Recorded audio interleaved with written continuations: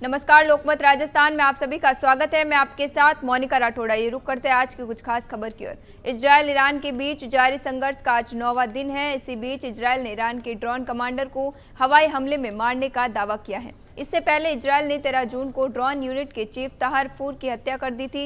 इसके बाद से जौतकी के पास ही ड्रोन यूनिट की जिम्मेदारी थी। इजरायल अब तक ईरान के 12 से ज्यादा सैन्य अफसरों की हत्या कर चुका है।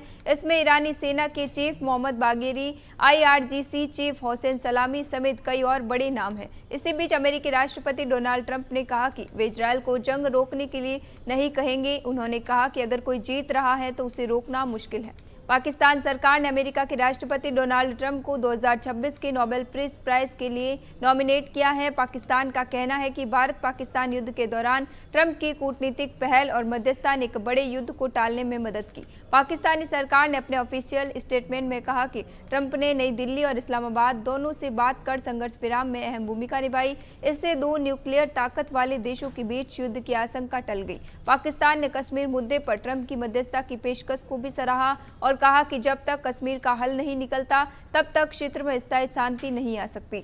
हालांकि ट्रंप ने कहा कि मैं कितने भी युद्ध रोक लूं, कुछ भी कर लूं, मुझे नोबेल नहीं मिलेगा। शेख हसीना की सरकार का तख्ता पलट होने के बाद बांग्लादेश चीन और पाकिस्तान के करीब होता जा रहा है। वह लगातार भारत के आंतरिक मामलों पर टिप्पणी भी कर रहा है, साथ ही पाकिस्तान और चीन के साथ अपनी नजदीकी भी बढ़ा रहा है। ऐसे में भारत तीनों ओर से गिर गया है। चीन, पाकिस्तान और बांग्लादेश ने पहली बार त्रिपक्षीय वार्ता की है।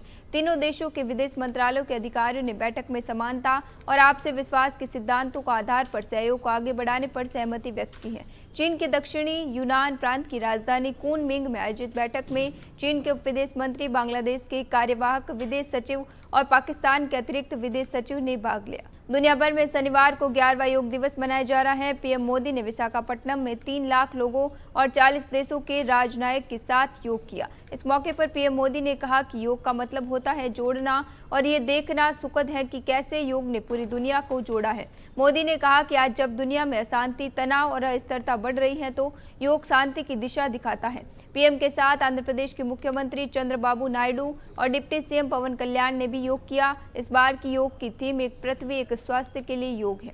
Indian council for culture relations के मुताबिक 191 देशों में 1300 जगहों पर 2000 से ज्यादा योग कार्यक्रम हुए। कांग्रेस की चेयरपर्सन सोनिया गांधी ने ईरान पर इजरायली हमले की निंदा की है। उन्होंने एक आर्टिकल में लिखा कि इजरायल खुद परमाणु शक्ति है, लेकिन ईरान को परमाणु हथियार न होने पर भी टारगेट किया जा रहा है। यह इजरायल का दोहरा मापदंड है। उन्होंने ये भी कहा कि ईरान भारत का पुराना दोस्त रहा है और ऐसे हालात में भारत की चुप्पी परेशान करने वाली है। गाजा में हो रही तबाही और ईरान में हो रहे हमलों को लेकर भारत को स्पष्ट, जिम्मेदार और मजबूत आवाज में बोलना चाहिए। अभी देर नहीं हुई है। जम्मू कश्मीर के मुख्यमंत्री उमर अब्दुल्ला ने कहा कि अमेरिका तभी तक अन्य देशों का दोस्त है जब तक उसका फायदा हो। वह अपने फायदे के लिए कुछ भी कर सकता है। अमेरिकी राष्ट्रपति डोनाल्ड ट्रंप ने पाकिस्तानी आर्मी चीफ आसिफ मुनीर को व्हाइट हाउस में लंच के लिए बुलाया था। इस पर मीडिया ने उमर से सवाल किया तो उन्होंने कहा, अमेरिकी राष्ट्रपति अपनी मर्जी के मालिक है। हम उन्हें नहीं बता सकते हैं कि वे किसे लंच पर बुलाए और किसे नहीं। उमर ने कहा, यह अलग बात है कि हम सोचते थे कि अमेरिकी राष्ट्रपति हमारे बहुत खास दोस्त हैं और वे हमारी दोस्ती का ख्याल रखेंगे, लेकिन जाहिर है अमेरिका वही करता है जिससे उसे फायदा हो। उन्हें किसी अन्य देश की परवाह नहीं है। ईरान और इजरायल संघर्ष के बीच ऑपरेशन सिंधु के तहत शुक्रवार देर रात 290 भारतीय नागरिक दिल्ली लौटे। इनमें से ज्यादातर कश्मीर के छात्र हैं। इसके अलावा कुछ यात्री दिल्ली, हरियाणा, कर्नाटक और पश्चिम बंगाल से भी हैं। विदेश मंत्रालय के मुताबिक अब तक 517 भारतीय नेशनल स्वदेश लौट चुके हैं। शुक्रवार देर रात 2 बैच में 407 भारतीय लौटे। देर रात 10:30 बजे की फ्लाइट में 190 कश्मीरी छात्रों समेत 290 और देर रात 3 बजे की फ्लाइट में 117 लोग थे। इससे पहले 19 जून को 110 छात्र आर्मेनिया और दोहा के रास्ते भारत पहुंचे थे। एक और फ्लाइट आज शाम तक आ सकती है। ईरान से दिल्ली पहुंचे इन यात्रियों ने एयरपोर्ट पर वंदे मातरम और भारत माता की जय के नारे लगाए। इसी दौरान कुछ लोग भावुक भी हो गए।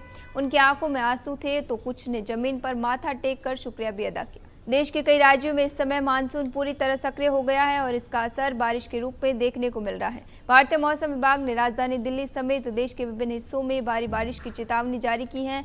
दिल्ली में अगले 4 दिनों तक येलो अलर्ट घोषित किया गया है। आज राजधानी में गरज के साथ तेज बारिश की संभावना है। साथ ही 40 किलोमीटर प्रति घंटे की रफ्तार से हवाएं चल सकती है। इसी दौरान तापमान में 1 से 2 डिग्री सेल्सियस की गिरावट दर्ज की जा सकती है।